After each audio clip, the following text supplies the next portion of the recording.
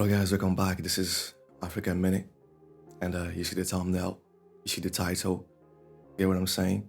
So I decided to share with you a book, Flash of Spirit, African and Afro-American Art and Philosophy by Robert Farris Thompson. Get what I'm saying? This is knowledge. And I found that idea to share with you some books that I read a lot, here and there. So yeah, we can share knowledge. Knowledge is everything, you know what I'm saying?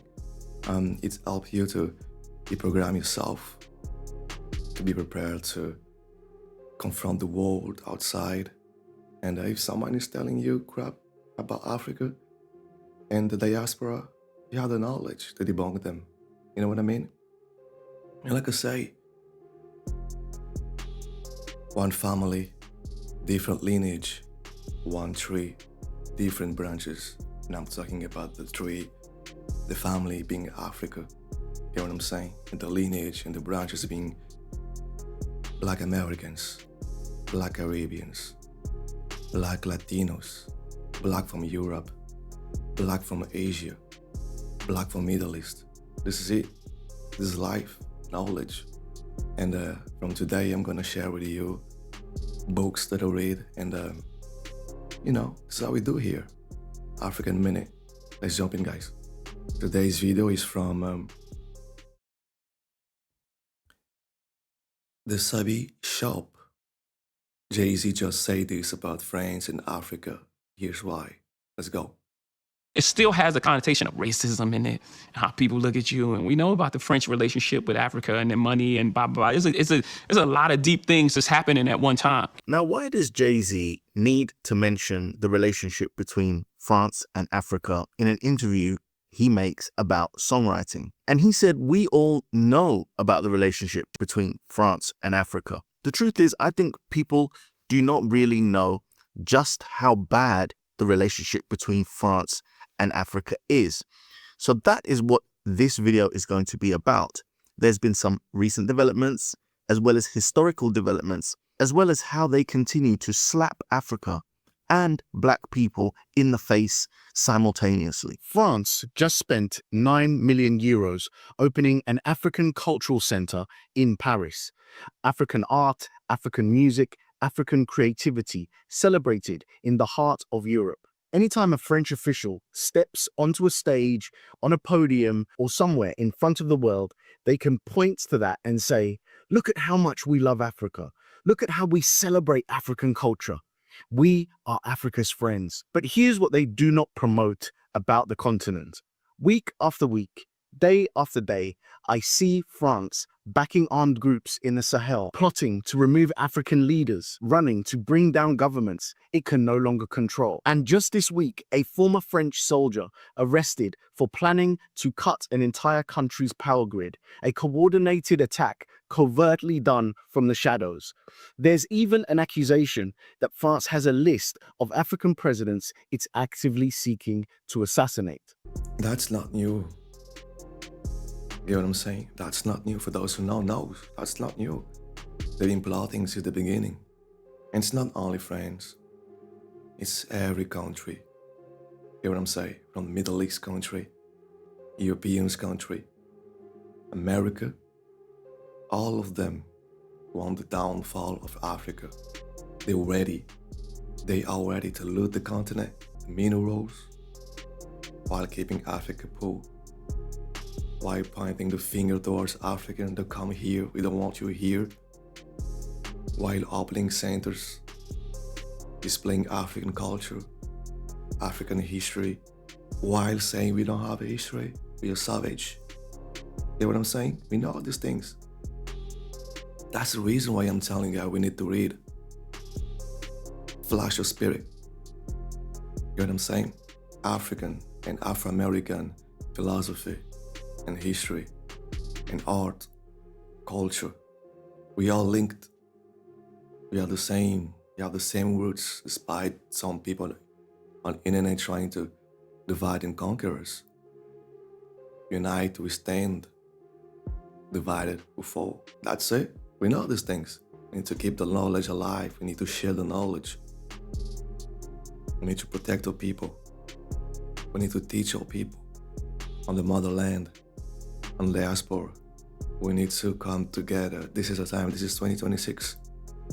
Get what I'm saying? Let's keep pushing, guys. 9 million euros France spent on that cultural center is part of its propaganda budget. It is the price France is willing to pay to appear as though it is moved beyond its colonial past. But in this video, I'm going to expose all of it. The overt and covert destabilization, the alleged kill list, the hypocrisy, and show how it's part of the same pattern. Because right now, Macron and France are like a cornered animal, unwilling to come to the table with Africa with fair terms, still driven to control, dominate, and impose their colonial methods while the world is distracted by a cultural center in Paris. If that matters to you, then I suggest you stay tuned. So the African Cultural Center France has put together in Paris is called the Mansa Cultural Center. The man who proposed it to Macron admitted to the press that it was designed to give France, quote, another chance at a time when France is being tossed around in Africa and paying for the mistakes of successive governments. The architect of France's African Cultural Center said out loud that it exists because France is losing Africa. The question, however, must be asked, what did France do to be losing Africa? Generally, most people might think that it is things that France did in their colonial and imperial past, massacres done by governments past 100 years ago. But unfortunately, the situation is much darker than that. You would think that spending 9 million euros as a gesture to repair relations with Africa, to ask Africa for another chance, would mean that France has ended its predatory behavior, turned over a new leaf, and is now seeking a legitimate, mutually beneficial relationship with the continent. Yet Yeah, a few things here. You gotta understand what's going on behind. First of all, the name. They call it Mansa, but also know it refers to Mansa Musa, the greatest of all time, richest man on the planet. Empire Mali. This is how they take the energy of our ancestors. This is how they take the energy of all people and move that from Africa to here so they can exploit that energy to bring them wealth, power. You get what I'm saying? All those are spiritual warfare as well. You gotta read to understand those things. You get what I'm saying? But this is not only physical warfare. This is a spiritual, metaphysical warfare. And for those who don't know, a few weeks ago, the United States of Nations had to vote about are we considering slavery as one of the biggest crime, genocide in human history? France said no. They voted no. And many countries voted no. So that should let you know, guys, they are not ready to repair. They are not ready to apologize. They are not ready to stop exploiting us. And we need to stop begging them for, repair, please. You know what I mean? Please say that everything you committed in the past is a genocide, it's a crime, it's bad. We need to stop that. Strong people, savage people only understand the power. The problem with Africans is that we decided to consider other people as human while they don't view us as human. But us, offing people, stealing people, is not in our culture. That's the reason why when you go back in our history, we had empires, kingdoms, and you will never find a single prison. You should ask yourself why. Huge empires, huge kingdoms, 0 prisons. Because we had a level of civilization, of understanding, of culture, of education that prevented us to create all those things. Because for us, offing someone, putting someone in cage in prison is offing God. It's putting God in cage, and we don't do that. That's why we had the initiations, educations that mold us to behave in a certain way, to respect the nature, everything around us. Because for us, our ancestors, God was in all those things. That's why we just took in the nature what we need. When we off an animal, we pray to say pardon because we're taking a life. You see, that's you need to understand those things. You need to read to understand those behaviors. That's why we lost the war against those people, because of our humanity, our metaphysical, spiritual vision of the world, of the people. We welcomed everybody till this day. You can go in Africa right now and you will be welcomed. Go in Asia, in Europe, and you will see. Let's keep pushing, guys. Week after week, month after month, in headlines that mainstream media largely ignores, France remains actively engaged in neocolonial and modern imperialist actions that stand in stark contrast to the celebrations of the cultural center it has just built. I can point to several ongoing examples that demonstrate this. 14 African countries, for example, still use the currency issued and controlled by France, the CFA franc, a highly predatory currency that I've made a number of videos about already on this channel. France has been said to be backing armed groups across the Sahel after countries removed French military and political influence from their leadership. Niger nationalized its uranium facilities, taking them out of French control after decades of being paid a fraction of global market value. Last year, Russia intelligence services documented claims that Macron personally approved a plan to remove 3 sitting African presidents by any means necessary. Across the continent, France has spent decades supporting leaders who answer to Paris first and their own people second. I've spoken about these things again numerous times on this channel. And just days ago, the latest French affair took place in where? Madagascar. I'm sure many of you remember the Gen Z protests and the military overtake of the government that was there, which was essentially a government controlled by France.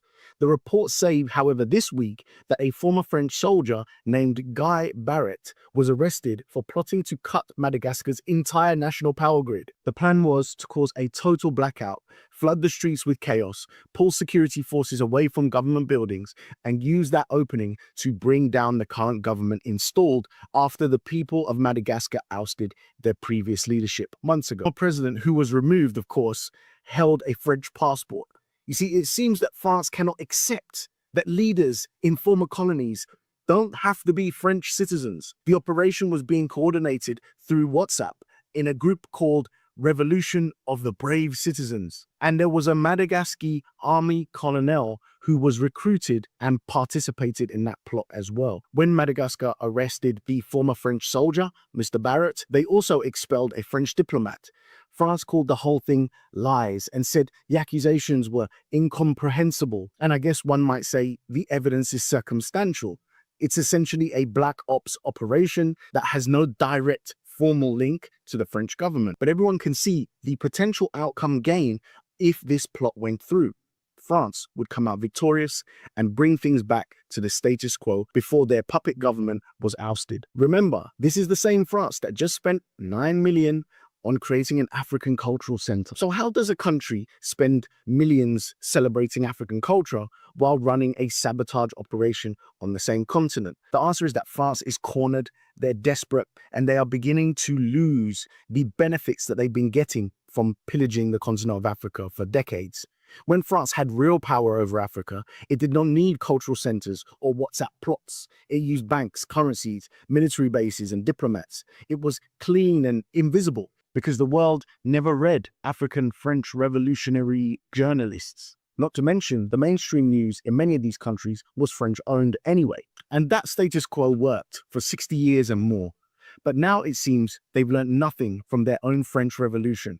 See, when the people you control become so poor and so desperate that rebellion feels less risky than the poverty they've endured, they rise up. And we are now seeing that across multiple countries. Now just imagine, Niger supplied uranium to keep the lights on in France, while 70% of its own population had no consistent electricity.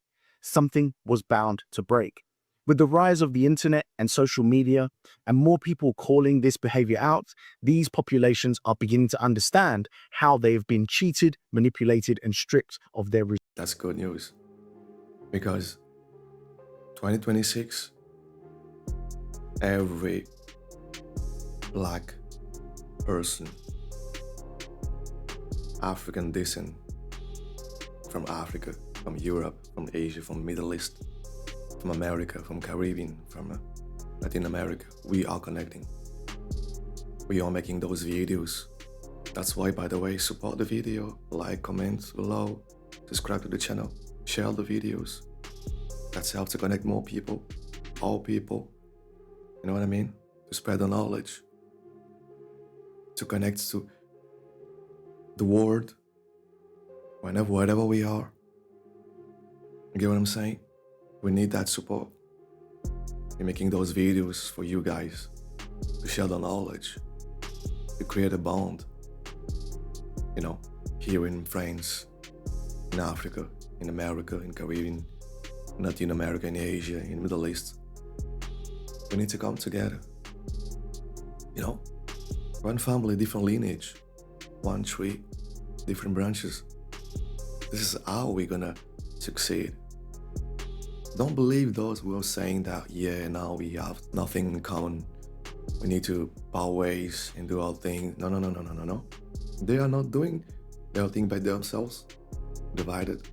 They are coming together to steal our resources so they can live the soft life while we remain poor. So we need to come together, kick out the sellout leaders on the motherland, you know, help the citizen, fellow Africans on the motherland to get knowledge, to understand the world that we live in, so they can start revolutions over there, and we can help them as well. And some of us, we can start, you know, going back and forth on the motherland, start businesses to help the economy, to help all people there.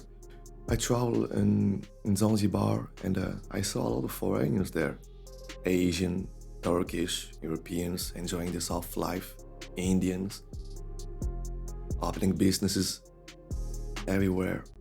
And I was like, where are my people? What are we doing? Why are we only staying here? We need to go back on the motherland, do the back and forth. I know we all have our lives here. I get that. But we need to have a connection on the motherland. Just because if things hit the fence, you know, we have somewhere to go and to stay safe. Okay? Let's keep pushing, guys. resources and wealth. So now France runs two strategies at once. Hey, here's our beautiful, shiny cultural center. Don't you see how we love Africa? And at the same time, we're going to do covert operations and take out any government that does not bend the knee to France's agenda. This is why Africa cannot keep engaging with France in current terms.